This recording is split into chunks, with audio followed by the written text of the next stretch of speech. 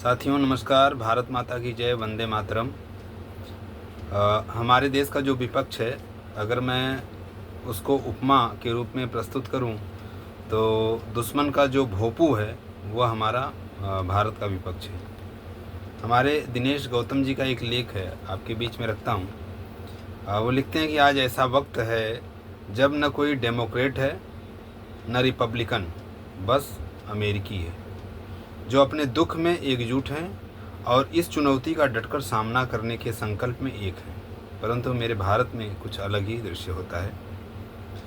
हमें दुनिया को दिखाना है, यह अमेरिका का स्टेटमेंट है कि हमें दुनिया को दिखाना है कि हम एक मजबूत और एकजुट राष्ट्र हैं। यह जो वाक्य है 9/11 आतंकी हमले के ठीक अगले दिन अमेरिकी संसद में यही शब्द गूंजे थे। उस समय सत्ता या विपक्ष का कोई भेद नहीं था, पूरा राष्ट्र एकजुट हुआ था, एकजुट खड़ा था। यही लोकतंत्र की परिपक्वता और राष्ट्रीय एकता का सार है। विपक्षी नेता टॉम डैसल का यह कथन केवल भाषण नहीं था, एक दर्शन था। ऐसा दर्शन जो संकट के समय व्यक्ति की नहीं, समाज की जिम्मेदारी की बात करता है, वह दर्शन यह था। इसी भावना ने अमेरिका को संकट से उबारने में मदद की। भारत में यह तस्वीर बिल्कुल उलट है। चाहे सर्जिकल स्ट्राइक हो, बालाकोट एयर स्ट्राइक हो या हॉल का ऑपरेशन सिंदूर, भारत के भीतर से ही कुछ राजनीतिक आवाज़ें उठने लगती हैं। कांग्रेस के नेता, खासकर राहुल गांधी जैसे लोग, सेना की कार्रवाई को चुनावी स्टंट बोल देते हैं। और कुछ ऐसे भी नेता हैं जो सीधा प्रमाण मांग देते हैं, जैसे कि देश की सुरक्षा किसी प्रेस ब्रीफिंग की मोहताज हो गई हो। ऑपरेशन सिंदूर के दौरान कांग्रेस और अन्य विपक्षी दल भारत को युद्ध के लिए उकसा रहे थे, लेकिन मोदी सरकार का संतुलित और नपातुला कूटनीतिक निर्णय देश को ऐसे फंदे में फंसने से बचा लिया जिससे आज तक रूस, इजराइल या यूक्रेन जैसे देश नहीं निकल पाए हैं। साहस केवल तलवार उठाने का नहीं होता है, बल्कि उसे म्यान में रखने की समझ में भी होता है। विनाश की अंतिम सीमा तक जाकर कोई भी देश विजयी नहीं होता, बल्कि उस क्षण जब वह समय के साथ विवेक से अपने विरोधियों को भी संवाद के लिए बाध्य कर देता है, असल में जो वही असली विजय कहलाती है। इसलिए आज के दौर में युद्ध कोई उपलब्धि नहीं, बल्कि शांति की तैयारी में की गई अंतिम कार्रवाई है। भारत इसी संतुलन को साधने का प्रयास करता जा रहा है। सम्राट अशोक से लेकर अब्राहम लिंकन तक, चाणक्य से लेकर नेल्सन मंडेला और चार्ल्स डी गॉल तक, नेताओं ने हमेशा यही सिखाया है कि युद्ध छेड़ना आसान होता है, लेकिन उसे समय रहते सम्मान पूर्वक समाप्त करना ही सच्चे नेतृत्व की पहचान हुआ करती है। आज प्रधानमंत्री मोदी ने बार बार स्पष्ट किया है कि आज का युग युद्ध का नहीं है। भारत ने एक नीति अपनाई है, जहां जवाब जरूरी हो वहां सर्जिकल स्ट्राइक तरीके से उसका जवाब दिया जाएगा, लेकिन देश को युद्ध में झोंकने की कोई तैयारी नहीं है। बालाकोट है या ऑपरेशन सिंदूर, भारत ने जवाब भी दिया और शांत भी रहा। इसके विपरीत रूस यूक्रेन युद्ध आज तक चल ही रहा है। दोनों देश नित्य तबाही की ओर जा रहे हैं। न तो कोई स्पष्ट विजेता है, न तो कोई समस्या का समाधान है।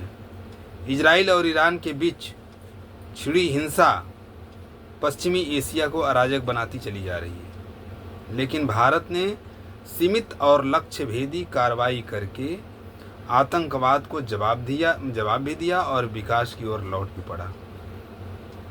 तो लोकतंत्र में विपक्ष का कार्य सरकार से सवाल करना है, लेकिन राष्ट्रीय सुरक्षा के मुद्दों पर सवाल पूछते समय विवेक और जिम्मेदारी का ध्यान रखना चाहिए। दुनिया के कई लोकतांत्रिक देशों में जब संकट आता है तो विपक्ष सरकार के साथ खड़ा रहता है। ब्रिटेन में द्वितीय विश्व युद्ध के समय विपक्ष ने चर्चिल का पूरा साथ दिया था। अमेरिका में 9/11 के बाद सर्वसम्मति से सैन्य कार्रवाई की मंजूरी दी गई थी। लेकिन भारत में जब जब हमारी सेना आतंकवाद के खिलाफ खड़ी होती है, कुछ नेता उसका राजनीतिक विश्लेषण करने में जुट जाते हैं। जैसे राहुल गांधी की राजनीति आज उस विचलन का प्रतीक बन गई है जहां राष्ट्रहित की जगह विरोध का स्वचालित आग्रह लेकर खड़े हुए रहते हैं। वे हर राष्ट्रीय संकट को एक चुनावी अवसर की तरह देखते हैं, मानो सैनिकों का बलिदान सीमाओं की सुरक्षा और आतंकवाद के विरुद्ध कार्रवाई करने जैसा होता है। ये सभी केवल सरकार को घेरने के मंच भर होते हैं। विडंबना यह है कि वे उस पार्टी के नेता हैं जिसके इतिहास में राष्ट्रीय एकता के कई उदाहरण स्थापित कर लिए गए हैं। उनकी दादी इंदिरा गांधी के नेतृत्व में 1971 में जब पाकिस्तान के खिलाफ युद्ध हुआ तो पूरा विपक्ष वाजपेयी से लेकर मधु लिमये तक सरकार के साथ खड़े थे। उनके पिता राजीव गांधी के समय जब पंजाब में आतंकवाद की चपेट में पंजाब राज्य आ गया था तो या श्रीलंका में भारतीय सेना को भेजा गया था, तब भी विपक्ष ने तीव्र आलोचना करने से पहले राष्ट्रहित के मुद्दे को प्राथमिकता दी थी। तो राहुल गांधी ऐतिहासिक स्मृति को या तो भूल जाते हैं या जानबूझकर भूलने का प्रयास कर जाते हैं। जब सर्जिकल स्ट्राइक होती है या बालाकोट एयर स्ट्राइक हो तो वे सबूत मांगते हैं। जब ऑपरेशन सिंदूर होता है तो वे यह नहीं पूछते कि भारत ने आतंक का मुंह तोड़ जवाब कैसे दिया, बल्कि यह पूछते हैं कि सरकार का इरादा क्या था। यह राजनीतिक नहीं, एक असहज मानसिक संरचना की परिचायक है, जहां सत्ता विरोध ही एकमात्र उद्देश्य बन गया है। राष्ट्र के साथ खड़ा होना पराजय जैसा प्रतीत होता है। विपक्ष में होना मतलब हर कार्य का विरोध करना है। यह लोकतंत्र की आत्मा नहीं, अपितु संबंधित व्यक्ति की विकृत मानसिकता का परिचायक है। राहुल गांधी के सवालों में चिंता कम, पूर्वाग्रह अधिक होता है। वे शायद यह नहीं समझते कि राष्ट्रीय संकट में जब विपक्ष खुद को अलग कर लेता है तो शत्रु को सबसे बड़ी ताकत मिलती है, विभाजन की ताकत। लोकतंत्र में सवाल पूछना जरूरी है, लेकिन समय, स्थान और भावना का संतुलन बनाए रखना उससे भी अधिक जरूरी है।